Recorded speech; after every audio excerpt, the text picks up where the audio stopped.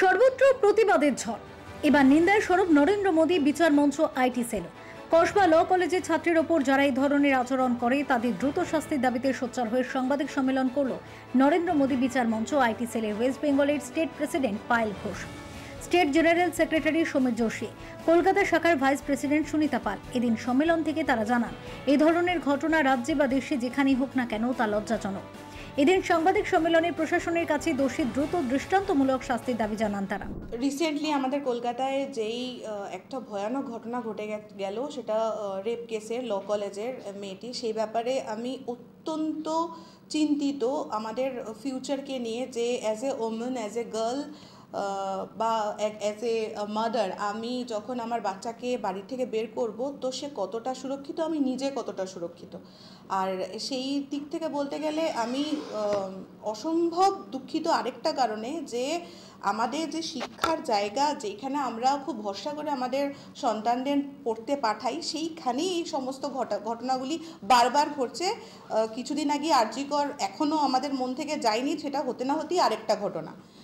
তো আমি একটাই অনুরোধ করব প্রশাসনকে, যেন খুব তাড়াতাড়ি এই শাস্তিমূলক একটা আমাদের কাছে একটা দৃষ্টান্তমূলক শাস্তি হয়, আর যেই করে থাকুক না কেন সঠিক বিচার হয়, খুব তাড়াতাড়ি হয়, মানে এটা যেন লেন্দি না হয় প্লিজ, কারণ একটাই হয়নি এখনো। তো আমি আশা করব যেন এটা ওটার মতোই না হয়, এটাকে তাড়াতাড়ি হবে আমাদের সামনে যিনি অপরাধ করেছেন তিনি আসুন। एक चीज़ मैं बोलना चाहूँगा कि जो लॉ कॉलेज में रेप केस हुआ, इससे पहले भी आरजी कर में हुआ, बार बार रेप केस हो रहे और भी गैंग रेप हो रहे, वो चीज़ को कैसे स्टॉप किया जाए। दूसरी बात कि यहाँ पे कोई राजनीति दल या कोई पॉलिटिकल पार्टी से कोई बात कर रहा, ऐसी बात है नहीं।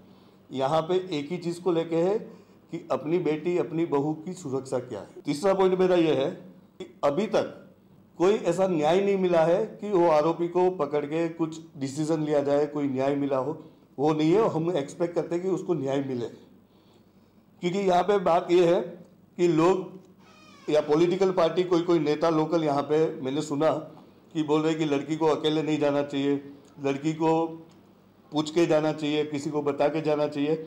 तो क्या कल को मेरे घर से या आपके घर से कोई भी लड़की बाहर जा रही है तो कुछ प्रॉब्लम होती है, तो क्या वो किसी को लेके जाएगी? उनको क्या प्रोटेक्शन मिल लेके जाएगी? वो पॉसिबल नहीं है।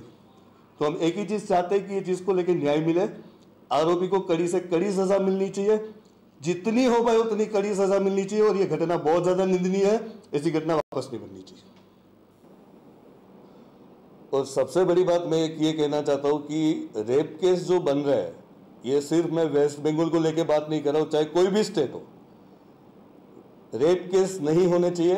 ये चीज़ को लेके गवर्नमेंट, कोई भी स्टेट गवर्नमेंट हो, उसको कड़ी से कड़ी सज़ा आरोपी को देनी चाहिए, और ऐसी सज़ा देनी चाहिए कि लाइफ में वो इंसान अपनी कोई भी आसपास की औरत को गलत नज़र से ना देखे।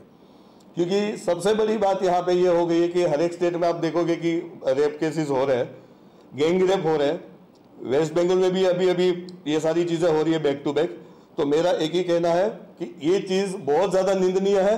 रेप केस करने वाले को इतनी गंदी सजा देनी चाहिए कि उसकी रूह कांप जानी चाहिए। ডিমান্ড একটাই যে যেন মেয়েরা স্কুল, কলেজ, চাকরি ক্ষেত্র, শিক্ষা ক্ষেত্রে গিয়ে সুরক্ষিত থাকে। মানে এরকম না, মানে আমরা যাচ্ছি ভয় ভয়ে পাঠাচ্ছি যে যাচ্ছে আজকে বাড়ি ঠিকঠাক আসবে, তো সেরকম যেন না হয়।